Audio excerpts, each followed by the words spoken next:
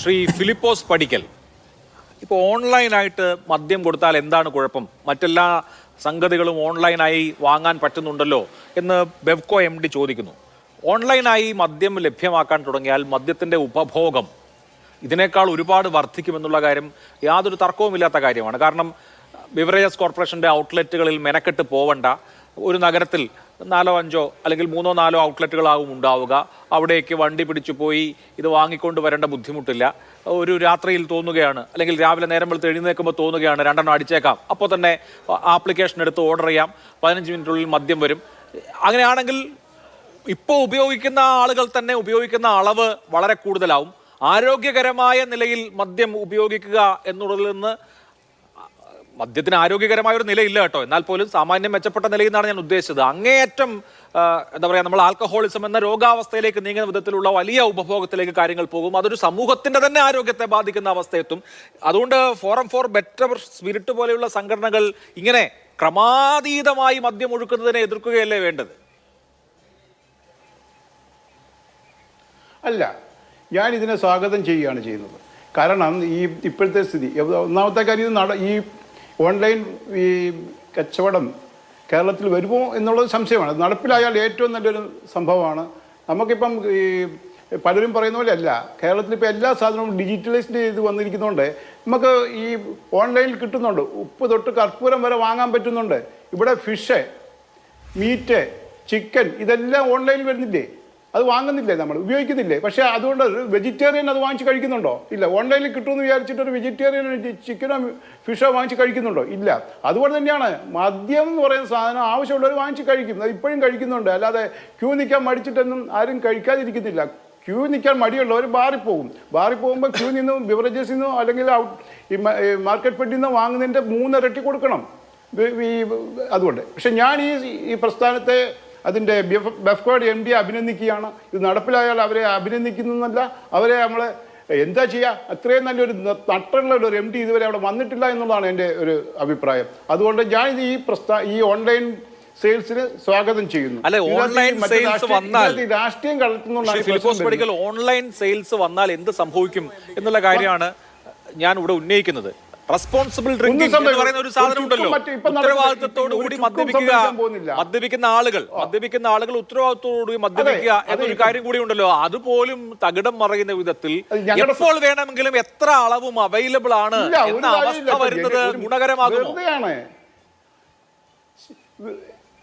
ഇല്ലെന്ന് ഇത് വെറുതെ ഒരു മനുഷ്യന് കഴിക്കാവുന്നത് തന്നെ മാക്സിമം കഴിക്കും. അത് എപ്പോഴാണേലും കഴിക്കും. ബിവറേജസ് അല്ലാതെ ചുമ്മാതെ കുടിച്ചു ഈ വെറുതെ വീട്ടിൽ കൊണ്ടു തന്നെന്ന് വിചാരിച്ച് കൂടുതൽ കഴിക്കാൻ പറ്റും. ഒരു മനുഷ്യന് ബോധം കിട്ടുന്ന കൂടുതൽ കഴിക്കുമല്ല. അങ്ങനെ ബോധം പോകുന്നവരെ കഴിക്കുക എന്നുള്ളതാണോ മദ്യപാനത്തിന്റെ ഒരു രീതി? അങ്ങനെ കിട്ടുന്നവനൊക്കെ ബോധം പോകുന്നവരെ കുടിച്ചാൽ പിന്നെ ഈ ഇവിടെ ബോധത്തോടു കൂടി ആരെങ്കിലും ഇരിക്കണ്ടേ ഈ സംസ്ഥാനത്ത്? അല്ല, അങ്ങനെ ഇല്ലെന്നാണ് കേരളത്തിലില്ല. ഈ കാര്യമില്ല. ഞാൻ ചോദിക്കട്ടെ, ഇപ്പം ഈ ലഹരിയല്ല, നമ്മൾ ലഹരിയെക്കുറിച്ചാണ് ചർച്ച ചെയ്യേണ്ടത്, അല്ല മദ്യമല്ല. മദ്യത്തെക്കാളും 100 ഇരട്ടി ദോഷം ചെയ്യുന്നതാണ് ഇപ്പോഴത്തെ ലഹരി. MDMA ഒക്കെ കഴിച്ചു കഴിഞ്ഞാൽ അവന്റെ ജീവിതം പോവുകയാണ്. ഒരു പ്രാവശ്യം കഴിച്ചാൽ തന്നെ അവൻ അടിമയാകുക. എന്തായാലും ആരോഗ്യ വിദഗ്ധർ പറയുന്നത് ഏറ്റവും ഡേഞ്ചറസ് ആയിട്ടുള്ള ലഹരി എന്ന് പറയുന്നത് മദ്യമാണ്. കഞ്ചാവ് അടക്കമുള്ള ഇതര പദാർത്ഥങ്ങൾ മദ്യത്തോളം ഡേഞ്ചറസ് അല്ല എന്നുള്ളതാണ്. കാരണം മദ്യം കഴിച്ചാൽ നോക്കൂ, നമ്മുടെ വിവിധ ശാരീരിക അവയവങ്ങൾക്ക്, കരളിന്, അതുപോലെ തന്നെ വൃക്കയ്ക്ക്, ശരീരത്തിൽ ഉണ്ടാക്കാൻ കഴിയുന്ന ഒരു മനുഷ്യന്റെ ആയുസ് കുറയ്ക്കാൻ ഏറ്റവും മാരകമാകാവുന്ന ലഹരി മദ്യമാണ് എന്നാണ് ആരോഗ്യ വിദഗ്ധരുടെ എല്ലാം അഭിപ്രായം. നമ്മൾ അതിനെ മയക്കുമരുന്നിനോളം മാറ്റി നിർത്തുന്നില്ലെങ്കിലും വളരെ ഡേഞ്ചറസ് ആയിട്ടുള്ള ഒരു കാര്യമാണ്. WHO പറയുന്നത് ഈ മദ്യത്തിന് ഒരു കുറഞ്ഞ അളവ് അല്ലെങ്കിൽ ഇച്ചിരി കഴിച്ചാൽ കുഴപ്പമില്ല അങ്ങനെയൊക്കെ പറയുന്നത് തന്നെ തെറ്റാണ്. ഏറ്റവും കുറഞ്ഞ അളവിലുള്ള മദ്യവും മനുഷ്യന്റെ ശരീരത്തിന് ചെയ്യുന്ന ദ്രോഹം വളരെ അധികമാണെന്നുള്ളതാണ്. ഞാൻ എന്റെ പോയിന്റ് ഇത്രയേ ഉള്ളൂ. നമ്മുടെ ഭൂമുഖത്ത് ഇതുവരെ കണ്ടുപിടിക്കപ്പെട്ടതിലെ ഏറ്റവും ഡേഞ്ചറസ് ആയിട്ടുള്ള ലഹരിയാണ് മദ്യം എന്നുള്ള കാര്യത്തിൽ തർക്കത്തിന് വേണ്ട. പറഞ്ഞോളൂ. ഇനി ഞാൻ ചോദിക്കട്ടെ, വേറെ കാര്യം നിങ്ങളോട് ചോദിക്കട്ടെ. ഇപ്പൊ നമുക്ക് കുടിക്കാൻ കിട്ടുന്ന കുപ്പി നിറച്ച വെള്ളം ശുദ്ധമാണോ? അല്ല. നമ്മൾ വാങ്ങിച്ച് കഴിക്കുന്ന പച്ചക്കറിയിലത്തെ എന്തുമാത്രം കെമിക്കൽസ് ഉണ്ട്. ഇതൊന്നും ശുദ്ധമല്ല. പക്ഷെ ശുദ്ധമായി കിട്ടുന്ന ഒരൊറ്റ സാധനം ഈ ബിവറേജസ് വാങ്ങുന്ന മദ്യം മാത്രമേ ഉള്ളൂ. അതിനകത്ത് മായം ചേർക്കുന്നില്ല. ഈ മറ്റെല്ലാ സാധനങ്ങളും നമ്മൾ വാങ്ങുന്ന വെളിച്ചെണ്ണയാണേലും നമ്മൾ ഉപയോഗിക്കുന്ന പച്ചക്കറികളാണേലും നമ്മൾ ഉപയോഗിക്കുന്ന വെള്ളമാണേലും എല്ലാം മായം ചേർത്തല്ലേ. അതെല്ലാം ക്യാൻസറും അല്ല, അതിലും ഭയങ്കരമായ രോഗങ്ങൾ വരുത്തുന്നല്ലേ. പിന്നെ ഈ മദ്യം സ്വല്പം കഴിച്ചത് കൊണ്ട് എന്താ കുഴപ്പം? റെസ്പോൺസിബിൾ ഡ്രിങ്കേഴ്സിനെയാണ് ഞാൻ പ്രതിനിധീകരിക്കുന്നത്. റെസ്പോൺസിബിൾ ഡ്രിങ്ക്സ്, അല്ലാതെ രാവിലെ മുതൽ വൈകുന്നേരം വരെ കുടിച്ച് ബോധമില്ലാതെ കിടക്കുന്ന പാമ്പുകളെ അല്ല ഞാൻ പ്രതിനിധീകരിക്കുന്നത്. റെസ്പോൺസിബിൾ ഡ്രിങ്കേഴ്സ് ഉണ്ട്. ഈ സ്ഥിരമായി മദ്യപിക്കുകയും അതിന് അഡിക്റ്റ് ആയിട്ടുള്ളവർ വെറും 1% മാത്രമേ ഉള്ളൂ മലയാളികളിൽ. ഒരു ദിവസം 20 ലക്ഷം പേര്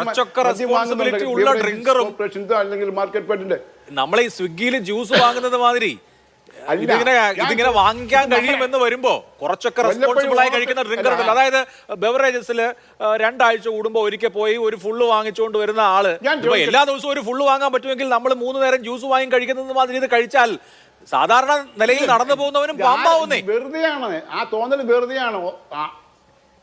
വെറും പാമ്പുമാകുകയല്ല. റെസ്പോൺസിബിലിറ്റി ഉള്ള ഒരു മനുഷ്യനും ജീവിതത്തോടും കുടുംബത്തോടും റെസ്പോൺസിബിലിറ്റി ഉള്ള ഒരു മനുഷ്യനും പാമ്പാവില്ല.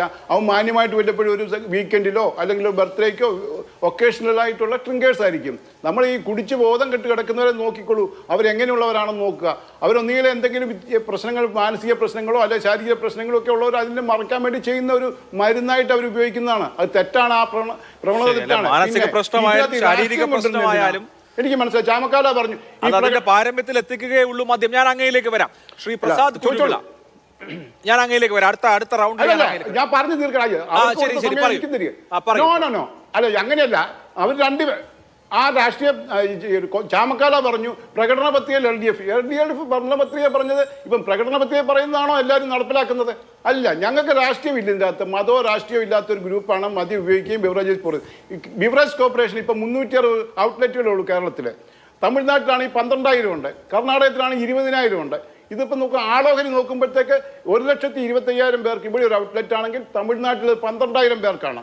കർണാടകയിലാണെങ്കിൽ 8,000 പേർക്ക് ഒരു ഔട്ട്ലെറ്റ് ഉണ്ട്.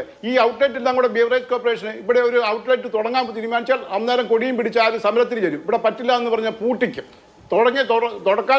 തുറക്കാൻ സമ്മതിക്കത്തില്ല, പൂട്ടിക്കും. ആ സ്ഥിതിക്ക് ഇതുപോലെ ഈ ഔട്ട്ലെറ്റിൽ പോയി ക്യൂ നിൽക്കാൻ മടിയുള്ളവർക്ക് വരെ പ്രായമുള്ളവരാണ് ഇപ്പം മദ്യപിക്കുന്നത്. അല്ല, ചെറുപ്പക്കാരെ MDMA ഒക്കെ ഉപയോഗിക്കുന്നത്. കോളേജ് പിള്ളേരും സ്കൂൾ കുട്ടികളൊക്കെ ഉപയോഗിക്കുന്നത് MDMA ഒക്കെയാണ്.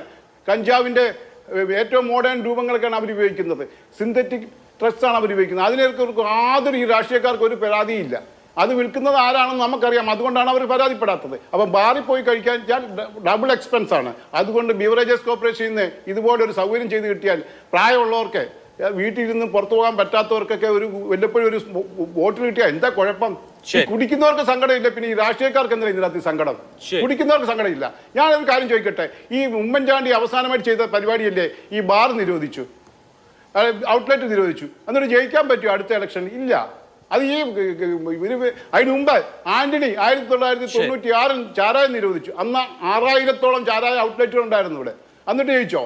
അന്നേരം LDF ഇതുപോലുള്ള ഒരു വാഗ്ദാനം കൊടുത്തിട്ടില്ല. ഞങ്ങളിപ്പോൾ ഉടനെ അപ്പം സ്ത്രീകൾ പോലും വോട്ട് ചെയ്യുന്നത് രാഷ്ട്രീയപരമായിട്ട് അവരുടെ നേട്ടത്തിനനുസരിച്ചാണ് ചെയ്യുന്നത്. അല്ലാതെ ഈ മദ്യം ഇവിടെ കേരളത്തിലെ ഒരു സ്ത്രീകളും അതിന് മദ്യത്തിന് വേണ്ടി വോട്ട് ചെയ്യാറില്ല. അതാണ് ഏറ്റവും വലിയ ഈ രാഷ്ട്രീയ നിലത്ത് കളത്താതിരിക്കുക. അതിനെ ഈ രാഷ്ട്രീയ പാർട്ടികളെ ഏടതായാലും വെളതായാലും പ്രകടന പത്രികയിൽ പറയുന്ന ഒരു കാര്യം പൂർണ്ണമായിട്ട് നടപ്പിലാക്കുന്ന ഉണ്ടോ? ഇല്ല. പിന്നെ എന്തിനാ ഈ ഇതുപോലുള്ള സൗകര്യം സാധാരണക്കാരന്?